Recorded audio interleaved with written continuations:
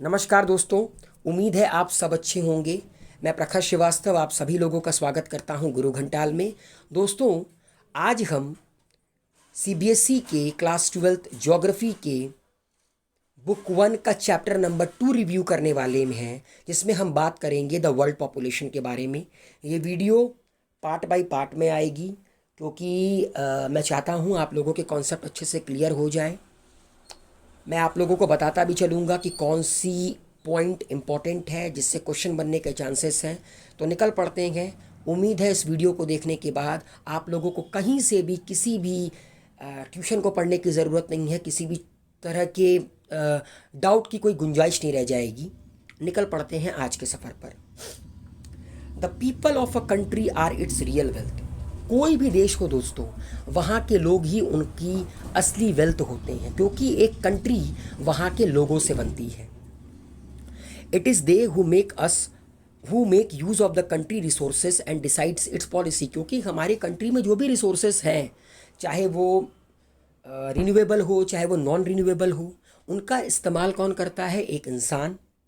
उसको इस्तेमाल करने के लिए पॉलिसीज़ कौन बनाता है? एक इंसान। Ultimately a country is known by it people. इसीलिए कोई भी कंट्री अपने देश के लोगों से जानी जाती है। It is important to know how many women and man a country has, how many children are born each year. इसीलिए ये जानना बहुत ज़रूरी होता है कि एक देश में कितनी महिलाएं रहती हैं, कितने पुरुष रहते हैं, कितने बच्चों ने उस देश में जन्म लिया, कितने मरे और कैसे मरे। Whether they live in cities or villages, can they read or write, and what work they do? These are what you will study about in this unit. ठीक है दोस्तों, कि जो लोग देश में रहते हैं वो कहाँ रहते हैं? शहरों में रहते हैं, गांव में रहते हैं, क्या वो पढ़ लिख सकते हैं?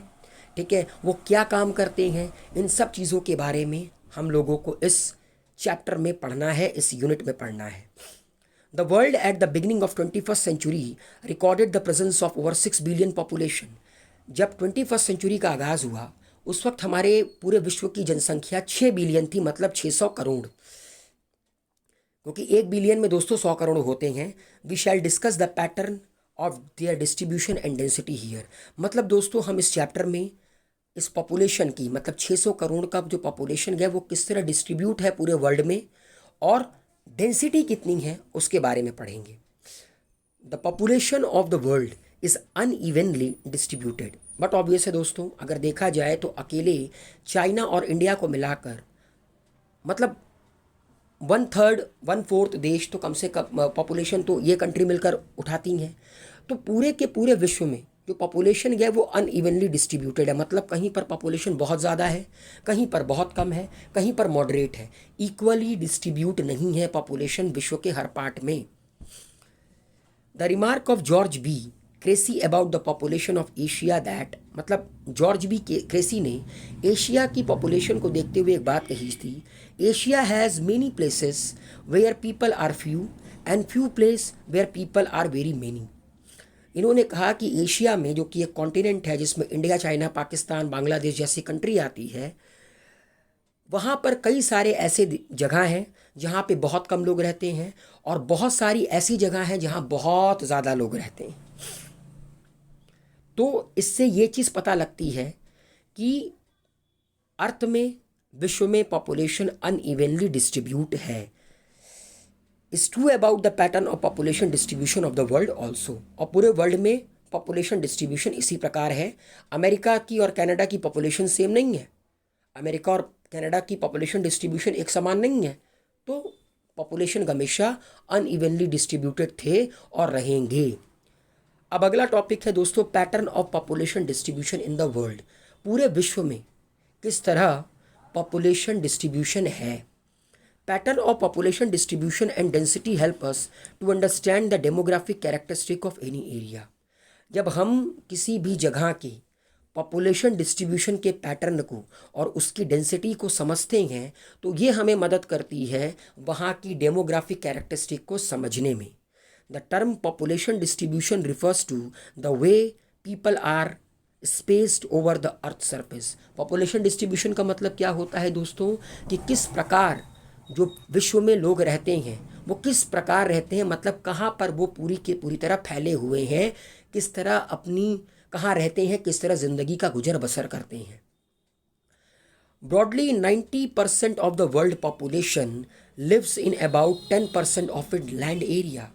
पूरे वर्ल्ड की 90% पॉपुलेशन पूरे वर्ल्ड के 10% के लैंड एरिया पे रहती है, मतलब 90% लैंड एरिया में सिर्फ 10% लोग रहते हैं और 10% 90% पॉपुलेशन 10% लैंड एरिया में रहती है।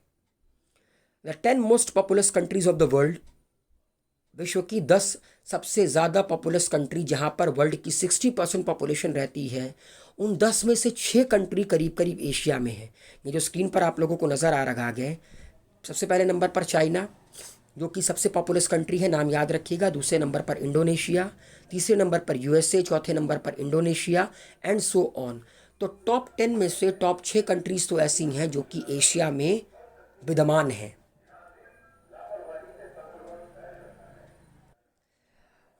अब हम बात करेंगे दोस्तों एक बहुत ही इंपॉर्टेंट टॉपिक जिसके आने के चांसेस बहुत ज़्यादा हैं, density of population.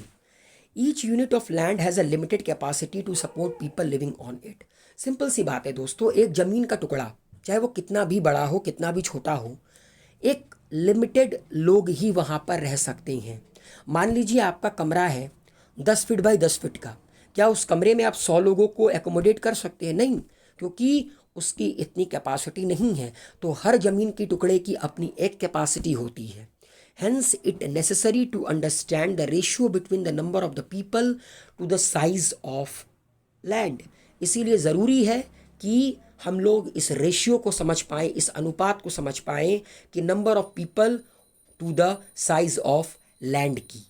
This ratio, ये जो रेशियो होता है दोस्तों, number of the people to the size of the land, इसे हम लोग पॉपुलेशन डेंसिटी कहते हैं और इसको हम लोग मेज़र करते हैं पर्सन पर स्क्वायर किलोमीटर में, कि 1 स्क्वायर किलोमीटर की एरिया, मतलब 1 किलोमीटर लंबाई और 1 किलोमीटर चौड़ाई की जो एरिया है उसमें कितने पर्सन एकोमोडेट कर सकते हैं। It is called density of population.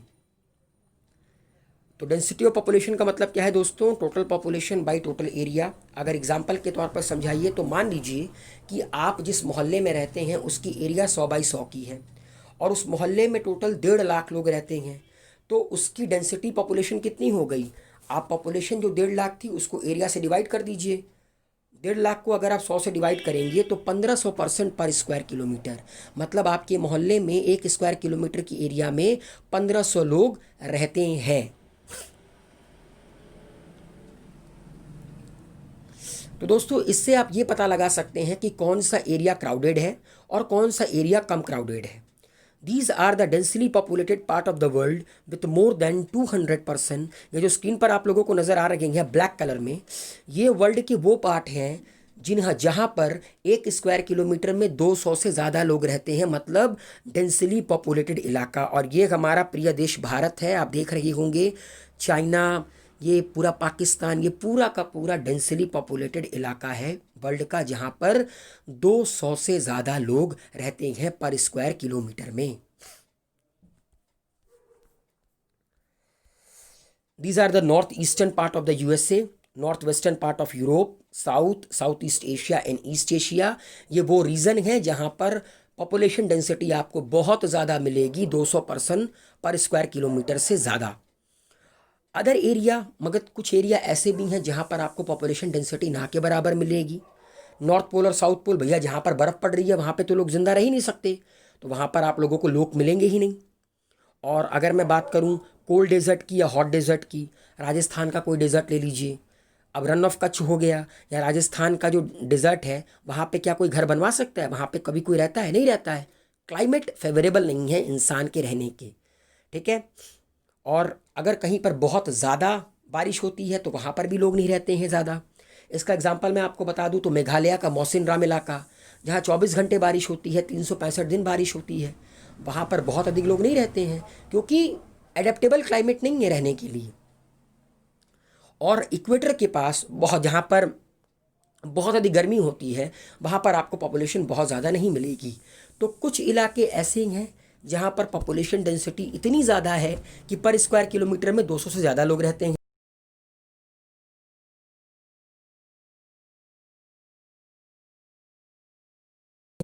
और कुछ इलाके ऐसे हैं जहाँ पॉपुलेशन डेंसिटी ना के बराबर है, like north pole, south pole, hot desert, cold desert, near by equator and the high rainfall zone, क्योंकि क्लाइमेट एडेप्टेबल नहीं है रहने लायक। और ये इतने ज़्यादा स्पार्सली पॉपुलेटेड है कि यहाँ पर एक इंसान रहता है पर स्क्वायर किलोमीटर के एरिया में।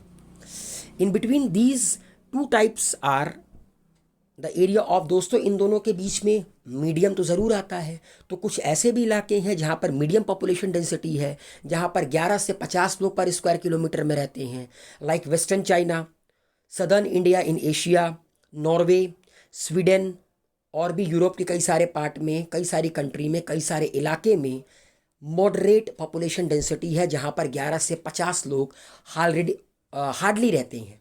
तो अभी तक मैंने आप लोगों को जो भी बताया उसमें पॉपुलेशन डेंसिटी का पॉइंट बहुत इंपॉर्टेंट है। ये क्वेश्चन पूछा जा सकता है कि पॉपुलेशन डेंसिटी क्या होती है। अगर आप प्रॉपर एग्जांपल देकर समझाएंगे तो आपको पूरे नंबर मिलेंगे, इसमें कोई दो राय नहीं है। और आपसे ये पूछा जा सकता है कि मॉडरेट पॉपुलेशन डेंसिटी, लो पॉपुलेशन डेंसिटी और हाई पॉपुलेशन डेंसिटीज़ के कुछ एग्जांपल्स आपको देने हैं। तो एग्जांपल्स हम ऑलरेडी पढ़ रखे हैं, उन्हें आप मेंशन कर सकते हैं। अगर कोई डाउट है तो कमेंट बॉक्स में लिखकर ज़रूर बताइए। तो अब जो रिमेनिंग टॉपिक है उसको हम अगले पार्ट में कवर करेंगे। अभी आप इसको समझिए। अगर कोई डाउट है तो कमेंट बॉक्स में लिखकर सबमिट कीजिए। मैं आपसे वादा करता हूँ कि मैं आपके सारे डाउट को क्लियर करूँगा। Wish you all a very good luck. Take care, good bye, शबा खैर।